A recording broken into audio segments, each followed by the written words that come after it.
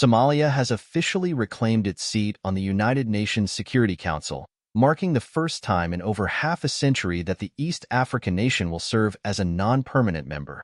The two-year term, which began on January 1, 2025, is a historic milestone in Somalia's ongoing efforts to re-establish itself as a significant player on the global stage. The election on June 6, 2024, saw Somalia secure 179 votes in the Union General Assembly, representing East Africa in an uncontested bid. Somalia joins Denmark, Greece, Pakistan, and Panama as new non-permanent members, replacing outgoing nations Ecuador, Japan, Malta, Mozambique, and Switzerland. James Swan, the UN Secretary-General's acting special representative for Somalia, commended the nation's progress and stated, "Somalia has come a long way over the past 3 decades on its path to peace, prosperity, and security."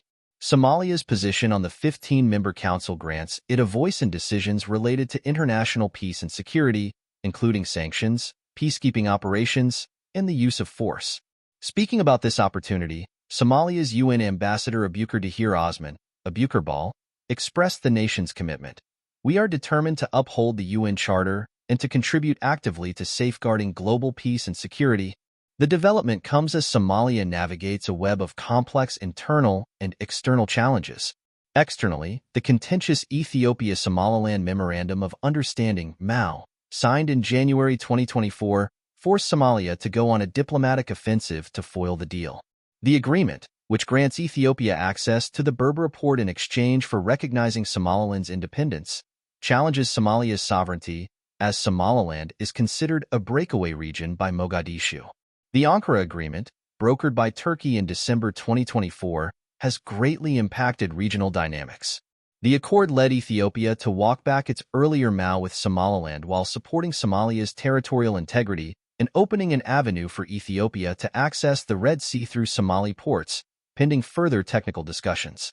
Domestically, the federal government continues to struggle with limited control over vast territories, facing resistance from al-Shabaab militants and ongoing disputes with regional federal member states like Jubaland and Puntland.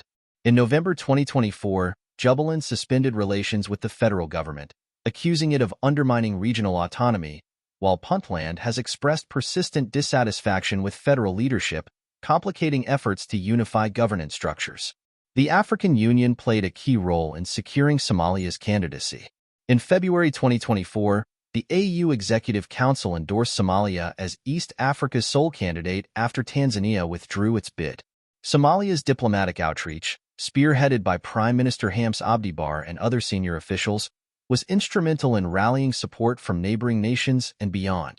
Ambassador Ball, who has been widely praised for his contributions to Somalia's diplomatic recovery, called the election a diplomatic victory that reflects the country's progress.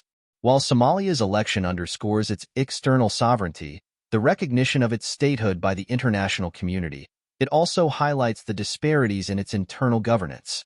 Analysts note that the federal government continues to grapple with limited control over its territory, with al-Shabaab, Somaliland, and other regional actors wielding significant influence.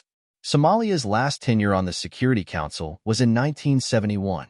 Since then, decades of civil war and political instability have hindered its global presence.